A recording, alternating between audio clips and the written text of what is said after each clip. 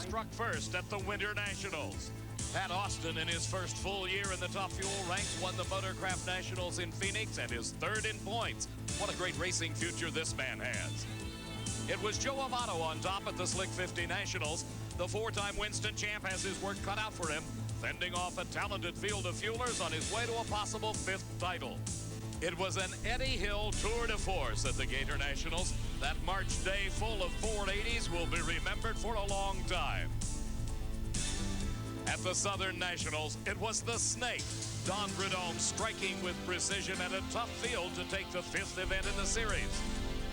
And when Corey McLenithan needed a win just to make it to the next race, he did what he had to do. We'll see him today again trying to slay the Giants.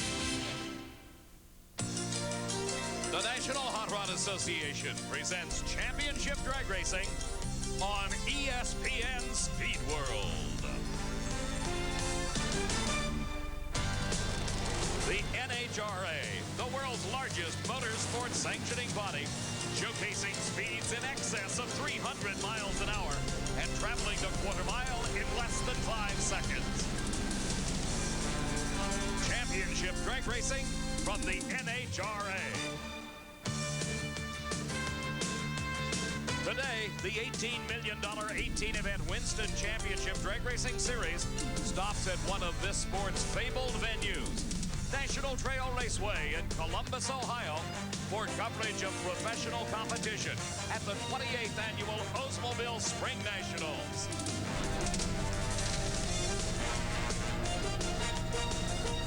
On a hot and humid day in central Ohio, it's time for the 28th Annual Oldsmobile Springnationals.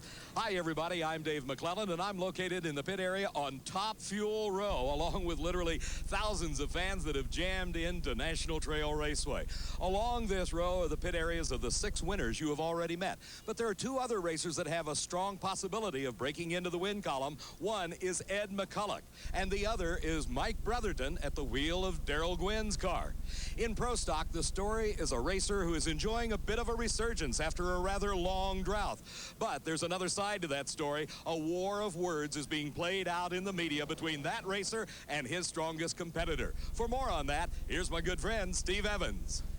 Well, David, that Pro Stock driver with a tremendous resurgence in performance is, of course, this man, 10-time Winston Pro Stock champion Bob Glidden. Bob, you've not only been strong on the racetrack, but with the media as well. You had some rather, well, distinct things to say about your rival Warren Johnson, the Olds driver, to the media the other day, and they copied it all down, too, buddy. Well, you know, at the other end of the track, Warren's always jumping out of his car and running off at the mouth, and I'm just fed up with his stuff. He's just a smart aleck, and I'm just fed up with it. Well, Bob doesn't beat around the bush, does he? A few minutes ago, I got Warren's side of this.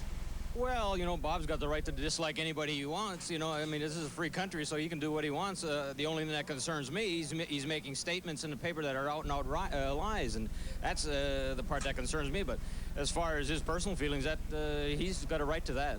Lies in what way?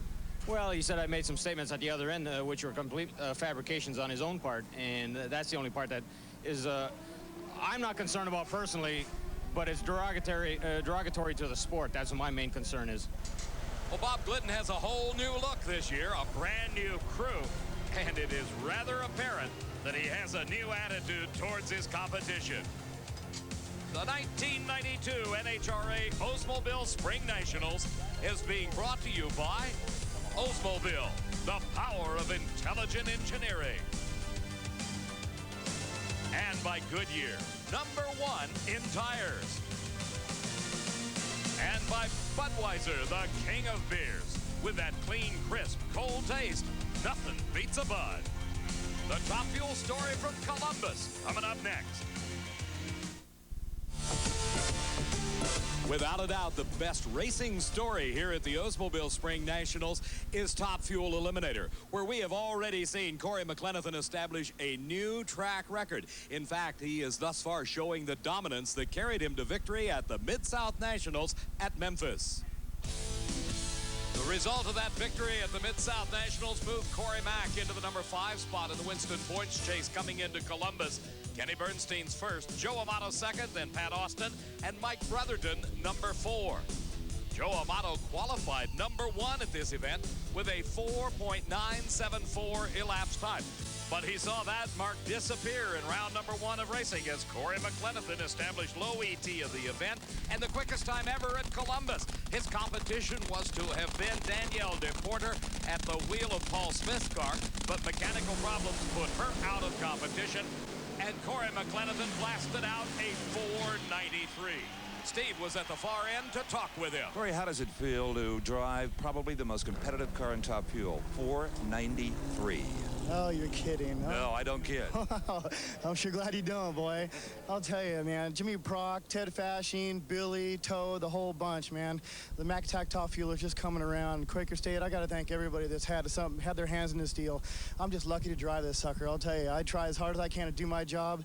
And to be one of the most competitive cars around, the likes of Don Perdome and Eddie Hill and everybody else, I'm just ecstatic. Thank you. Go get him, bud. Corey McLenithan with that first round victory moved even closer to the leaders in the Winston points chase. Pat Austin came into this race in the number 3 spot. His competition in the first round was the points leader, Kenny Bernstein. One thing you never do in NHRA Winston Top Fuel Racing is underestimate your competition, and that is just what happened with the Budweiser King. Kenny came to the line in round number 1, the number 7 qualifier. He had the lane choice with a 5:05 elapsed time. Meantime, the best that Pat Austin could muster after 4 qualifying sessions was a 5:08. But come race day, things can change, and they did in the first round. Both drivers got nearly identical reaction time, but the difference between the 496 by Pat Austin to the 5:05 by Bernstein was obvious. Just beating those guys is great. You know, the World Championship is starting to take shape, and those guys are out ahead, and they're running good. I just got to take credit out for my guys to get this car figured out. And to just win a race like that, I hope we can win 3 more and get where we want to be by the day's end. Looks like you're back. Hey, great. Woo! Well, Kenny, after what we saw in qualifying, that kind of a number, 496 from Austin, a bit unexpected. Well, to some extent, but you know they've got the talent over there to do that, and they can put it on you any time. And we thought about it all morning, and we knew they could do that. They ran 497 the first round at Memphis, so anything can happen. We just need to push on the Budweiser King a little harder. See you soon. Okay. A costly round 1 loss for Bernstein at Columbus. Going into the round number 2 of Top Fuel Eliminator, it looked like this. Corey McLenithan up against Pat Austin, while 2 veterans, Eddie Hill and Connie Coletta, squared off. Hill in the Pennzoil dragster had qualified 3rd at a fine 5:01, while Coletta's best was good for number 11, and that was a time of a 5:09. Like Pat Austin, Connie surprised everyone in round number 1 when he blasted out a 498 to put away Doug Herbert. That gave the Coletta Flying Services team the lane choice in round number 2 competition.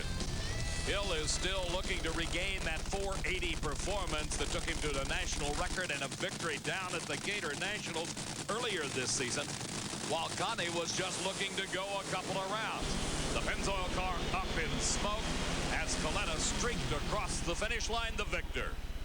With the sun out now, probably the smartest thing this man did was back off of that 4-second performance from round 1 to a 5:07 and get here first. Just what we did. How'd you do it? We just took the clutch timer away from it a little bit so it wasn't so aggressive. Don't back the motor up at all. Leave it alone. Leave it alone. What can we expect the rest of the day? I don't know. I don't either. We'll just sit and wait and see, Steve. Okay, see you then. Yep. Never let it be said that Connie Coletta does not have a good time. In the second round, it was the battle of the young lions. Corey McLenithan, fresh off of his new track record, 493, against the 4-second runner of Pat Austin. Austin had the 496, remember, when he put away the points leader, Kenny Bernstein. But the quicker time by McLenithan gave him the lane choice. And it certainly appeared to be important in round number 2 as the Castrol car up in smoke. Another 4-second elapsed time by McLenithan. He notched a 499 at top speed of the meet, 291 miles an hour. The remainder of the second round ladder looked like this. Joe Amato against Mike Brotherton. Don Prudhomme raced Ed McCulloch. The Skull Bandit had qualified 4th at a 5:03, got close to the 4-second range with a 5:01 victory in round number 1 over Robert Reel. Ed McCulloch, though, jumped up from his qualifying time. His first round victory over Pat Dakin notched him a 4:95. That gave him lane choice in the second round. He picked the lane nearest the camera. Then the McDonald's dragster went up in smoke, and Prudhomme made a major improvement, 496 and 283 miles an hour to advance him to the semifinals. Michael Brotherton at the wheel of Darrell Gwynn's Coors Light car had qualified 9th, and he also had a major improvement in the first round when he ran 497. Joe Amato, the #1 qualifier, had a 5:07 in his first round victory. That lost him lane choice, but he responded with a giant advantage off the starting line, more than a 1/10 of a second. Brotherton smoked the tires instantly. What did it look like from Joe Amato's perspective? We took a ride. It's gotten a lot hotter since this morning, since we all ran the 4-second runs, and just trying to decide what to do. And the longer the delays came, the more we just tried to do. And, you know, Tim Richards is a master at these slippery tracks. Let's hope he can continue. 2 more rounds. With 2 more 100 points he picked up on the points leader. That's what it's all about here, trying to win the Winston World Championship. And with Bernstein out of competition, Amato narrowing that gap. That set up the pairings for the final 4. Corey McLenithan against Connie Coletta. Corey Mack has the lane choice. And the other pair, Joe Amato and Don Prudhomme, the Snake, picking his lane. Back in the Top Fuel pit area, the engine is running in Don Prudhomme's Skull Bandit. He's getting set for that semifinal race with Joe Amato. We'll be featuring that action when we come back. And into National Trail Raceway in one of the biggest crowds ever to witness a Spring Nationals event. Connie Coletta and Corey McLenithan, the first pair coming to the starting line as we are in the semifinals of Top Fuel Racing. McLenithan has the lane choice. His 499 that we saw just a few moments ago gave him the advantage over the 5:07 by Coletta. But as Connie pointed out, they had backed the car down off of the 4-second performance they logged in round number 1, trying to get a hold of this racetrack. Corey McLenithan with a wave to the crowd. Earlier, Steve had a chance to stop by the Coletta Flying Service pit area and reminisce just a bit with Connie Coletta. You historians out there will remember the last time Connie Coletta won a national event was right here at Columbus, Ohio, back in 1986, in kind of a strange final, Connie, against Joe Amato. Do you remember that? Yeah, I sure do. We pulled up the starting line, did a burnout, and backed on up, and I stepped on the throttle when the light turned green, and Joe just kept on sitting there. After a month or so, they admitted to the fact they forgot to put oil in the motor. So it had no oil pressure. No oil pressure. Now, do you realize you're the only one that can keep the streak of non-repeat winners alive? Everybody else in the Final Four has won. No, I wasn't aware of that. Well, can you do anything about it? We're going to try. I mean, that's all you can do in this game. Maybe a little bit of luck, and it might happen. We'll be watching. Thanks. Okay, Steve. While we talk about the lane choice, it may not be so much the condition of the racetrack as it is the combination in the race cars.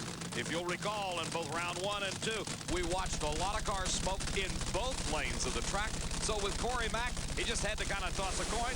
He selected the lane nearest the camera. And McLenithan falling off in performance, and Coletta moves to the finals. His crew absolutely overjoyed. His elapsed time 5:04, 276 miles an hour. Corey Mack fell off to a 5:22. Something obviously going wrong in McLenithan's car. Our next pair firing up on the starting line. Here is Joe Amato in the Team Valvoline car. He knows that if he can take a victory here, he gets even 200 more points closer to the Kenny Bernstein. Don Prudhomme is on a roll. The Skull Bandit won at Atlanta just about a month ago. On board with Joe Amato as he does his burnout. The camera mounted high atop the wing. At the far end, here's Steve. Well, all in all, Connie, I'd say things are working out rather well today. How good that run? 5:04. Okay. It's there. I win. I don't know what else to say. In fact, here's Corey Mack. Corey, come on in here. Your car fell way off. We fell way off. When I stepped on the throttle, I could tell she just wasn't moving. But then you would go around me, you old son of a gun, I'll tell you. I said, this thing almost found another 100 horsepower, too. I hope you win, bud. Congratulations. No more need be said except good luck in the final. Thank you.